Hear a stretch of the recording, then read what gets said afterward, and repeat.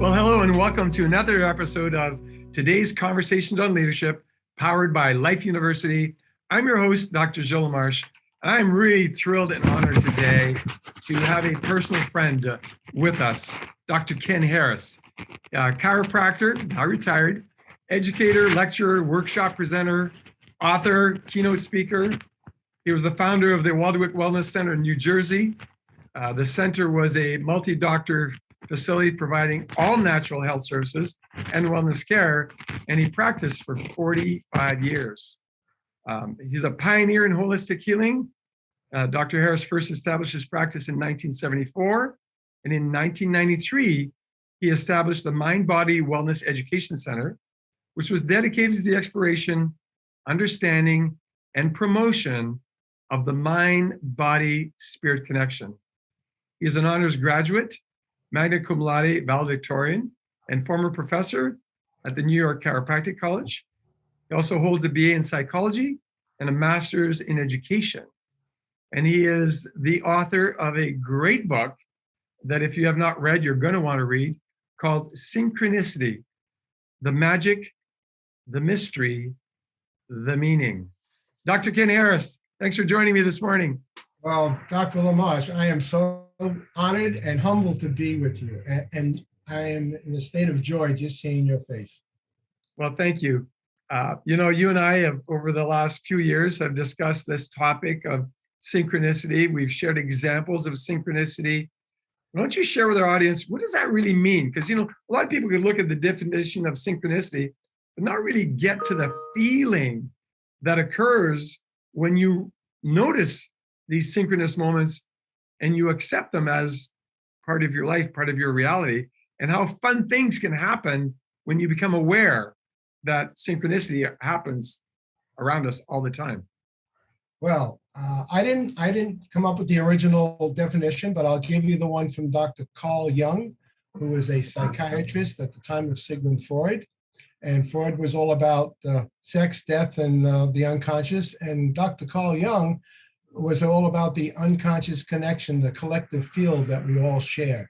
So the word synchronicity basically means meaningful coincidence. When two events, they don't seem to be connected initially. When you retrospect and you connect the dots, you get the deeper meaning of why you met a certain person at a certain time in your life path. Now, when I met you, I like to share the synchronicity, how I got to know you. Dr. LaMarche is very vocal on Facebook, and as am I. And for some reason, his postings kept popping up on my feed. And I had never heard of him before, even though he had great notoriety within the chiropractic field. I hadn't heard of him until Facebook connected us. So I started resonating with his messages. And I said, let me call this guy up. Let's have a conversation, because I think we're kindred souls, kindred spirits. Come to find out, we both loved and mentored with Wayne Dyer. We had many, many connections that we didn't even know initially. And then I had the nerve, would you believe it? My wife said, you had the nerve? I said, yeah. I invited myself to his home. And he came, he opened his home up, open-hearted to me. If you ever have an opportunity to go to visit him, if he gives you one, it's better than a Ritz-Carlton. So we went down, we hung out. We had a mutual friend who was a singer-songwriter, a fellow named Bob Simer, who's a great poet laureate. And we went to some concerts together, and the rest has been history. We talk probably at least 2 or 3 times a month, we connect. So that's how I met Dr. LaMarche, because his message was my message. And the universe intersected us at the right time, and I recognized it, and so did he. So synchronicity is the meaningful coincidence that life arranges in the unconscious way. And it's happening all the time to everyone. They're just not consciously aware, awake, and alert to the fact that it's happening to them. That's why I wrote the book, to remind people you're having them. So how can people become more conscious of recognizing these synchronicities that are occurring in their life?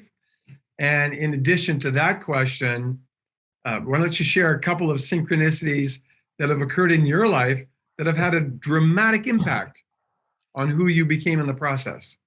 The number one prerequisite to synchronicity is present time consciousness. You must be in the now moment. If you're in the past and the future and you're not paying attention to what's right in front of you, you're going to miss the synchronicities. So present time consciousness is the number one ingredient to connect the dots. The number two thing I'd say, talk to strangers, people who you don't know, and start asking questions and pay attention to their answers. Because many times the universe prearranges you to meet this person, and they're going to have a solution to maybe a problem you're facing. And when it happens, sometimes they just wow you. You say, oh my God, there's my answer. It's right there. That person, the guy pumping my gas, told me what to do. The person checking me out at the supermarket. I said, good morning to them. They said something back. I got an answer. So talk to strangers, pay attention to what they're saying to connect the dots in your own life. Now, all synchronicity, not all coincidences are synchronicities. If there's no deeper meaning to the connection, then that's a false synchronicity, of which there are, by the way, 7 distinct types of synchronicities I've discovered. There are 6 reasons why we meet each other in our life. There are 5 questions you ask, like, what's the meaning behind this? And that's subjective, by the way. There's no objective meaning to synchronicity. You will either give it meaning or lack of meaning, depending on the filter you're wearing in your own consciousness at that time. And then there are 4 practices you can do to create more of them in your life through neuroscience. The work of Dr. Joe Dispenza. He talks about intention, elevated emotion, bringing it into present time consciousness, and voila. Now, synchronicities sometimes will wow you.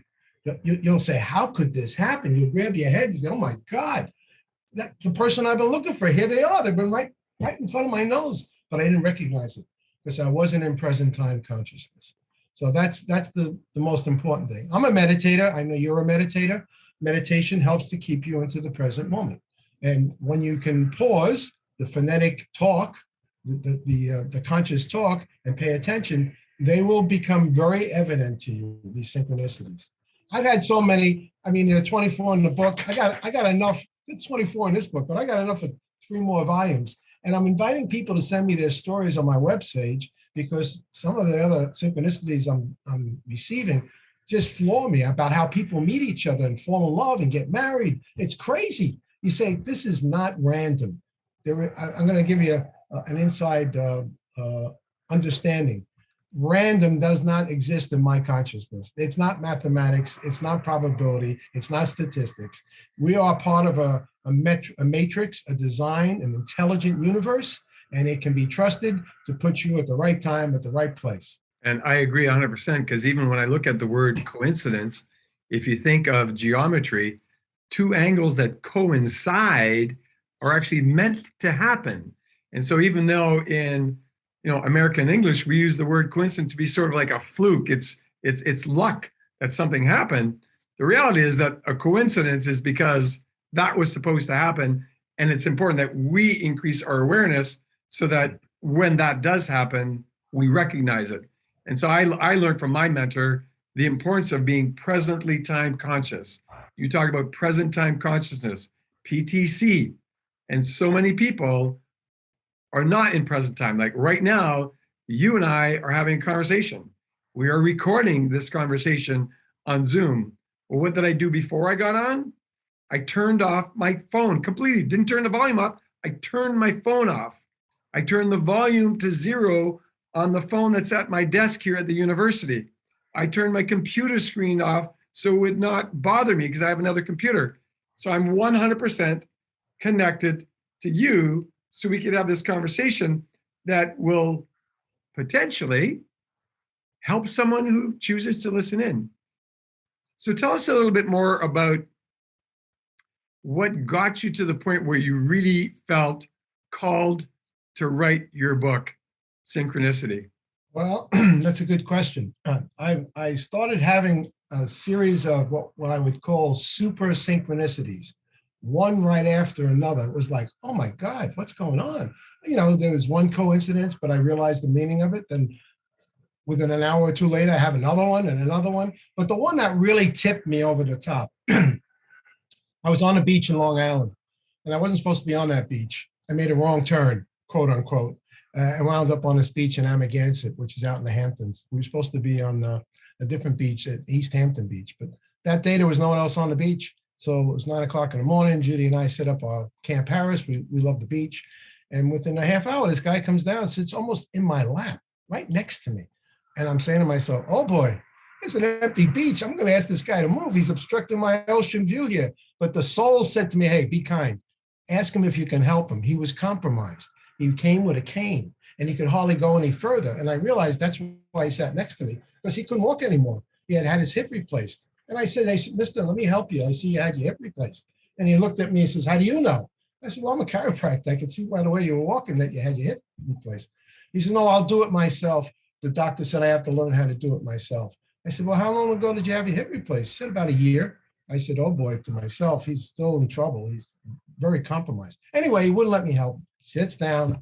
Half hour later, he gets back up. He's got a little towel. He sits up, puts on a New York Yankee hat. I go, oh boy, voice of the soul says, tell him your Yankee Stadium story, Kenny. I mean, I literally heard this, right? Make his day, because anyone who loves the Yankees loves this story. The backstory is at age 14, I grew up in the South Bronx. I hit a home run in Yankee Stadium. We had an opportunity to play a 3-inning exhibition game between the New York Yankees and the Kansas City Athletics. I was in a dugout with Mickey Mantle, Yogi Berra, Whitey Ford, my dream team. So I tell him the story. I say, I'll make his day. You know, Yankee people love this. Initially, he's not showing any emotion. And then he says, stop. I said, oh boy, maybe he's a Boston Red Sox guy and he's wearing a Yankee hat. And then he says, and then he looks at me, he says, I know who you are. I'm wearing a bathing suit, mind you. No name tags. He says, I know who you are. I says, you do? I said, who am I?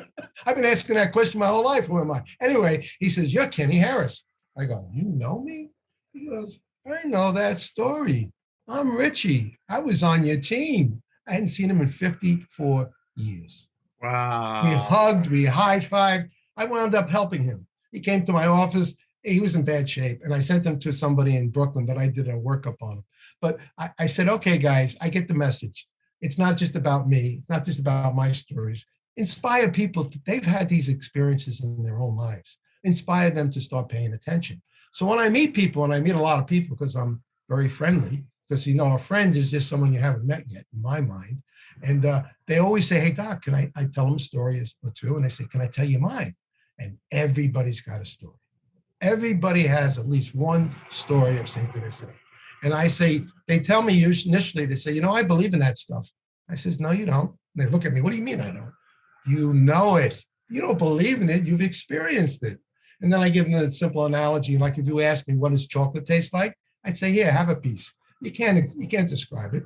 But when you have the experience of it, you know what it is. So everybody's got a story. And if you got a good story, folks, send it into my website, which is drkenharris.com. That's DOCTOR, kenharris.com. I'm collecting these. We're going to do a series of books on synchronicity, how I met my spouse. Synchronicity is how I found a new job. Synchronicity is how I found a new place to live. And the stories I'm getting from all over the planet are wows. And that's what synchronicity does. It brings to the realization to your consciousness, hey, we're all connected. Everybody's connected in some way, shape, or form. They used to say 6 degrees of separation. I say 2. You know one other person? You know the whole world. Yes, and it gets tighter and tighter with the access that we have to Facebook and everything else, all the social media programs that exist out there. So you know that the theme of today's conversations on leadership is about leadership. But I said to you, we're going to take it down a bit of a different road because I really wanted people to hear about the importance of synchronicity. So now what I'd like you to share with us is tie synchronicity in to leadership. How can leaders become better leaders by becoming more aware of synchronicities in their team, in their business world? I know we didn't prep you for this question, but I know you can take it down the road because you've been studying synchronicity now for so long. But how can we bridge that gap between synchronicity and leadership, and how being aware of synchronicities could actually help people become better leaders? Excellent question. And the word bridge came to me. A leader is a bridge. A leader is a connector. When you have a team, they're all coming to you with various aspects of the project. And you have to be able to say, you know, Mary needs to speak to Jim, and Jim needs to speak to John, and John needs to speak to Phyllis over here. Because that's what a true leader is. They're aware of all the factors involved, and they are connectors. You're a great networker. In my profession, for those of you who don't know this, Dr. LaMarche is a mime. He's he's the chiropractor's chiropractor, basically. I mean, he's well known through our profession and well deserved to be well known because he's a server. He picks himself up, gets on an airplane, flies out to an office, and his first question is, how can I be of service? And I'm so happy that Life University put him in the position they did, because they need someone like him to bring all the facets of our profession, chiropractic, together. And that's what he does. So a true leader is aware, awake, and alert, and is a connector. That would be my best answer to that. No, I appreciate that answer, because the more leaders become aware of these potential synchronicities and then bring them all together, they create better, stronger, more efficient, and more effective teammates that build that level of team that really gets the job done for everyone. So a closing comment for you, Dr. Harris. I mean, feel free to, again, announce the title of your book, share your website with the audience so they're aware that if they want to continue learning about synchronicities, where they could find you and where they could find your book. Well, it's very easy. It's all over. It's on Amazon. It's called, they told me to hold it up. Every time I speak, they say, hold up the book, let people see it. This is the flower of life, which is the universal symbol for the interconnectedness of all life forms, of which humankind's are just one. Anyway, it's Synchronicity, the Magic, the Mystery, the Meaning. It's on my website, Dr. D-O-C-T-O-R, kenharris.com. And you can get it on Amazon. You can order it at Barnes & Nobles. It's all over the place in a catalog called the, I think it's Sparks, the Ingram Sparks catalog. If they don't have a little bookstore, they can order it. But if you have a story, ladies and gentlemen, please go on my website. It's free. Send it in. You'll get a 5-page printout, a user guide, a friendly user guide for categorizing and understanding synchronicity. And I give out a monthly newsletter on spirituality, healing, and consciousness. And that's also free. And everything's archived there for the last 2 years. Many podcasts like this are on there. So I invite you to become part of the synchronicity community. And people love sharing stories, because I know people listening to this have some wild stories. And I never get bored of reading your story. And I will answer you. If you contact me, I'm not one of those people who will not respond. I will respond. If you send me an email, you'll get an answer, just like Dr. LaMarche does. He's the busiest guy I know, and he answers everybody. You know, when people tell me they don't have time to answer, I get a little suspicious. They're really not leader servants. We're blessed to have a leader servant right here, because his first question when someone asks him is, how can I help you? And that's why we're friends. Yes, it's been a wonderful journey since that first day that you walked up to the door of our home and knocked in and welcomed you in as if you'd lived there for your entire life. So I felt that. That's what I felt. It's a great way. It's a great way to live life. So thanks so much for taking time today to share with our audience the importance of living a present time conscious life and becoming more aware of the synchronicities that occur so that you could live your best life. Look forward to seeing you again real soon, Doc. Thank you. I appreciate the opportunity to address your audience. I really appreciate it. Thank you. Thank you.